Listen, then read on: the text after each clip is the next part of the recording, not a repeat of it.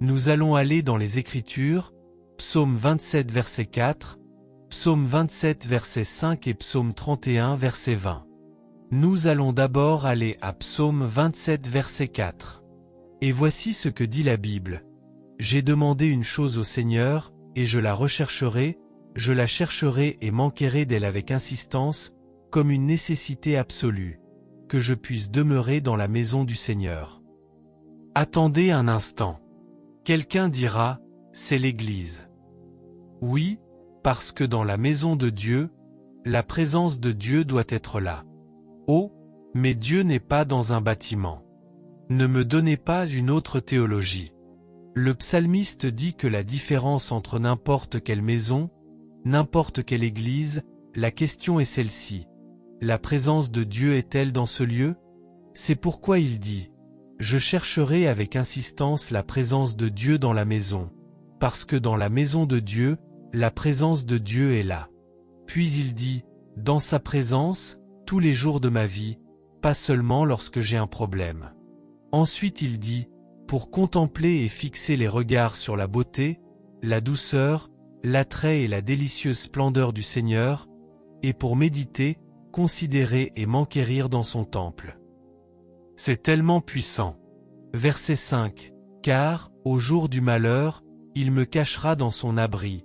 Dans le lieu secret de sa tente, il me cachera, il m'élèvera sur un rocher. Il y a une révélation, je veux que vous l'écriviez, car, au jour du malheur, je ne viens pas dans une disposition d'enseignement, ni de prédication. Je viens simplement pour suivre la présence. Je ne sais pas combien de temps je vais enseigner, et c'est ce qui m'inquiète beaucoup pour ceux qui regardent, parce que je ne veux pas que vous manquiez le fondement. Je dois vous enseigner quelque chose afin que vous ayez la connaissance, de sorte que, quelle que soit l'expérience que vous aurez avec la présence, vous serez capable de la maintenir. Mais si vous n'avez aucun fondement biblique, regardez-moi un instant. Si vous n'avez aucun fondement biblique concernant la présence, vous ne serez pas capable de soutenir cette expérience, même pour un moment.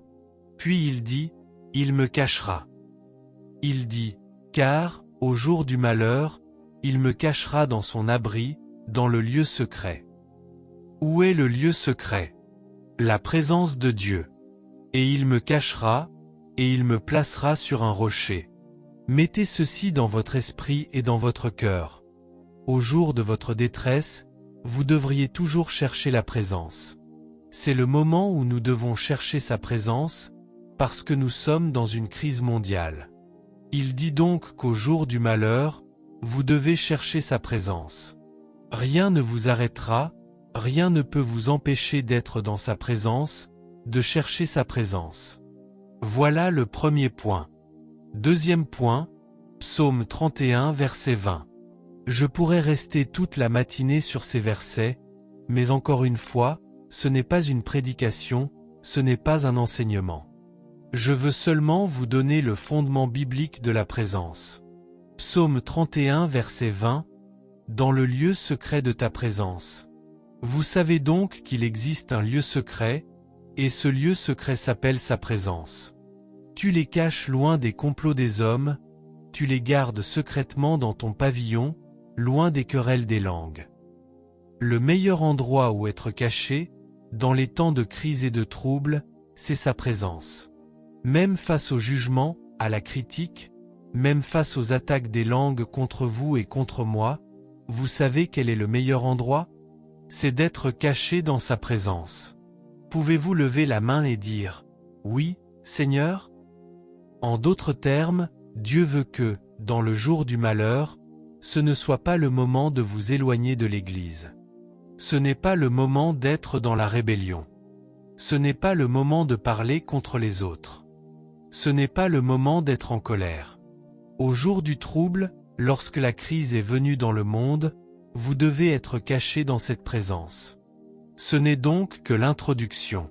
Si vous avez remarqué, il y a des panneaux à l'entrée du ministère, de l'Église, parce que le Seigneur m'a dit « Je veux que le peuple s'attende à quelque chose. » Crée une attente. Vous allez le voir dans un instant. Créez une attente pour ma présence.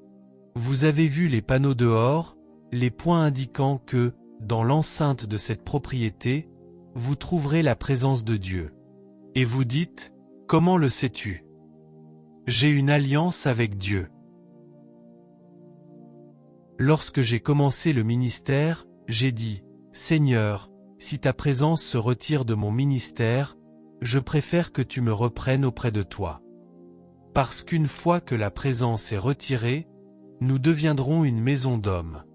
Nous n'aurons plus le surnaturel, nous n'aurons plus aucune couverture, nous n'aurons plus de vie, nous n'aurons plus rien.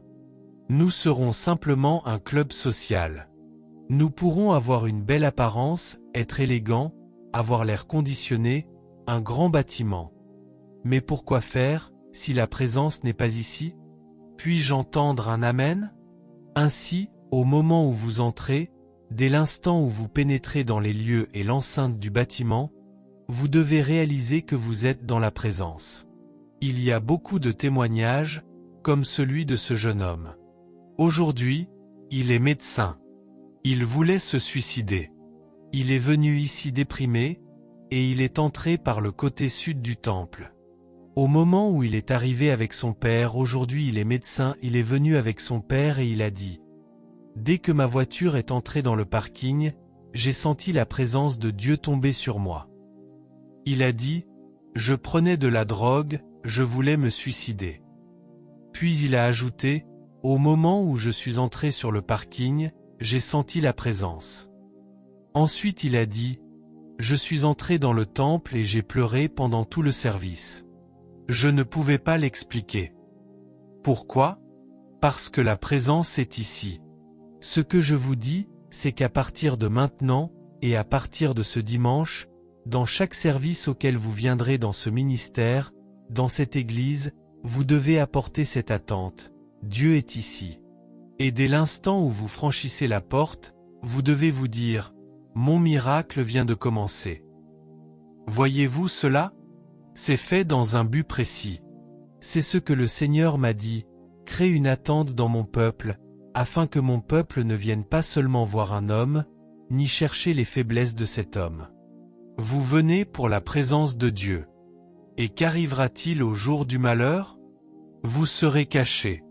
Au jour du malheur, il vous protégera, même contre les langues qui parlent contre vous. Puis-je entendre un Amen, peuple de Dieu? Nous comprenons donc cela. Maintenant, laissez-moi vous poser quelques questions. Il y a ce que j'appelle, ou plutôt ce que la Bible appelle, les mystères de sa présence. Il existe des mystères que nous ne connaissons pas complètement. Nous ne savons pas tout. Moi-même, je ne sais pas grand-chose. Le peu que je sais, c'est ce que le Saint-Esprit m'a révélé au sujet de la présence. Et voici quelques questions légitimes à poser. Premièrement, qu'est-ce que la présence? Deuxièmement, comment la présence vient-elle dans le service? Quel est le but de la présence lorsqu'elle vient? Ceci est important pour vous à apprendre. C'est important pour vous de comprendre cela, et important pour nous tous. Lorsque la présence vient, pourquoi est-elle là? Troisièmement, pourquoi la présence de Dieu quitte-t-elle un lieu ou une personne? Pourquoi? Comment cela arrive-t-il? Quand la présence devient-elle stagnante dans une église? Pourquoi la présence se retire-t-elle? Et voici une question très puissante. Lorsque la présence s'intensifie, lorsque la présence devient plus forte, pourquoi cela arrive-t-il? Que faisons-nous? Comment pouvons-nous administrer sa présence? Quand vous comprendrez cela, alors vous comprendrez la présence. Beaucoup d'entre vous disent que de nombreuses personnes dans l'Église ne connaissent pas la présence.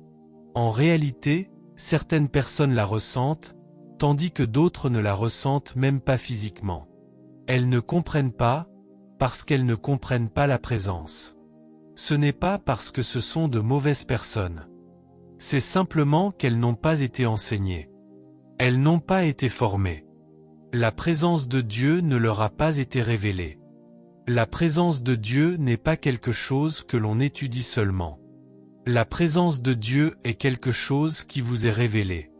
Combien d'entre vous, ce matin, veulent que la présence de Dieu leur soit révélée. Levez les mains et dites, Saint-Esprit, allez, dites-le plus fort.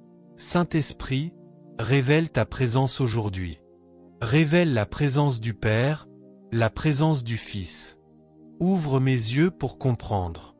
Une seule chose je désire, être dans ta présence. Amen.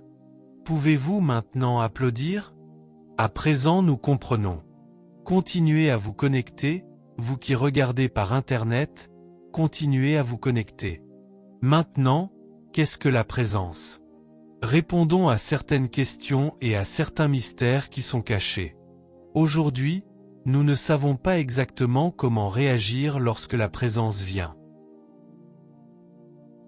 Je vois, par exemple, des équipes de louanges qui amènent la présence à travers l'adoration, mais elles ne savent pas quoi faire avec elle. C'est pourquoi nous devons savoir quel est le but, pourquoi il vient. Maintenant, la question est celle-ci, qu'est-ce que la présence de Dieu? Encore une fois, je n'entre pas dans un enseignement approfondi. Je vais simplement vous donner un aperçu du fondement biblique. Qu'est-ce que la présence de Dieu? Le mot « présence » en hébreu est le mot « panim », P-A-N-I-M, qui signifie « face ». Genèse 3, verset 8. En d'autres termes, lorsque vous êtes dans sa présence, vous êtes face à face avec Dieu. Panim, c'est être dans sa présence. Alors ils entendirent la voix du Seigneur Dieu qui parcourait le jardin au frais du jour, et Adam et sa femme se cachèrent loin de la présence du Seigneur parmi les arbres du jardin. Pourquoi se sont-ils cachés? Parce qu'ils étaient dans le péché. Lorsqu'une personne ne vit pas correctement, lorsqu'une personne vit dans le péché ou l'iniquité, lorsqu'une personne est en rébellion contre la parole de Dieu, lorsqu'elle n'est pas en règle dans sa maison, dans sa famille, lorsqu'elle n'est pas juste dans ses relations, elle se cache de la présence. Parce que le péché apporte la conviction. La présence apporte la conviction. C'est pourquoi, lorsque vous marchez avec des personnes qui ne vivent pas correctement, elles vont s'éloigner de vous, parce que vous vivez correctement. Puis-je entendre un Amen? Vous apportez cette conviction. Ainsi, il est dit qu'ils se cachèrent de la présence du Seigneur parmi les arbres du jardin. En d'autres termes, ils avaient peur. Lorsque les gens ne sont pas en règle avec Dieu dans deux domaines, peut-être que leur relation avec lui est brisée, lorsque vous n'êtes pas juste dans votre marche avec lui, dans l'obéissance, peut-être êtes-vous dans la désobéissance, quand vous êtes dans la désobéissance, vous ne voulez pas être dans la présence. C'est pourquoi les personnes rétrogrades ne veulent pas venir à l'église. Le dernier endroit où elles veulent être, c'est l'église, parce que lorsque la présence vient, elle apporte cette conviction que vous êtes dans l'erreur. J'aimerais entendre un Amen. Ils se cachèrent donc de la présence parce qu'ils avaient tort. Ils avaient péché. Et le péché ainsi que l'iniquité, Ésaïe 59 verset 2, produisent deux choses. Dieu cache sa face, mais ce sont vos iniquités qui ont mis une séparation entre vous et votre Dieu, et ce sont vos péchés qui lui cachent sa face. La face, c'est la présence. Vous ne la sentez plus, vous ne la percevez plus. Je serais inquiet si vous ne ressentiez plus la présence pendant un certain temps. Je serais préoccupé, parce que c'est un signe de rétrogradation spirituelle. Car si vous ne sentez plus la présence, cela signifie que Dieu n'est pas présent avec vous à ce moment-là. Amen. Aujourd'hui, nous ne parlons plus du péché dans l'Église, mais le péché et l'iniquité. Il dit « Je cacherai ma face » et il dit aussi « Je n'écouterai pas vos prières ». Je ne sais pas à qui vous avez prié, mais ses oreilles sont fermées à la personne qui n'est pas droite dans son cœur. Si vous avez du non-pardon, si vous avez de la rébellion, de l'amertume, quoi que ce soit dans votre cœur, Dieu dira « Je me cache de toi ». C'est pourquoi vous ne ressentez pas la présence. Puis-je entendre un Amen? La présence, ceci est tellement puissant. Et je vais plus en profondeur, et je sens la présence devenir plus intense. Je veux que vous ouvriez votre esprit. Ceci est pour les personnes spirituelles. Ceci est pour le reste fidèle. Parce que la majorité des gens veulent simplement venir à l'église pour entendre un message afin de satisfaire leurs besoins. Et Dieu dit, « Vous cherchez ma guérison, mais vous ne voulez pas de ma présence, parce que vous n'êtes pas droit avec moi. » Puis-je entendre un Amen? La présence de Dieu est la révélation de la personne même de Dieu.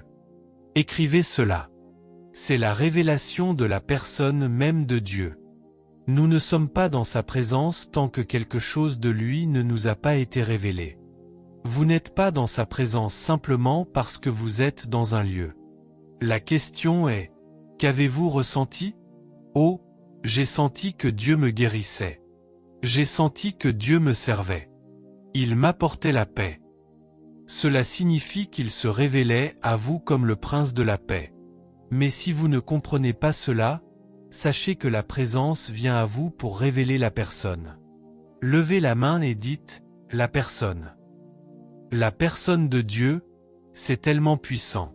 Ainsi, nous ne sommes pas dans la présence tant qu'une chose de lui ne nous est pas révélée.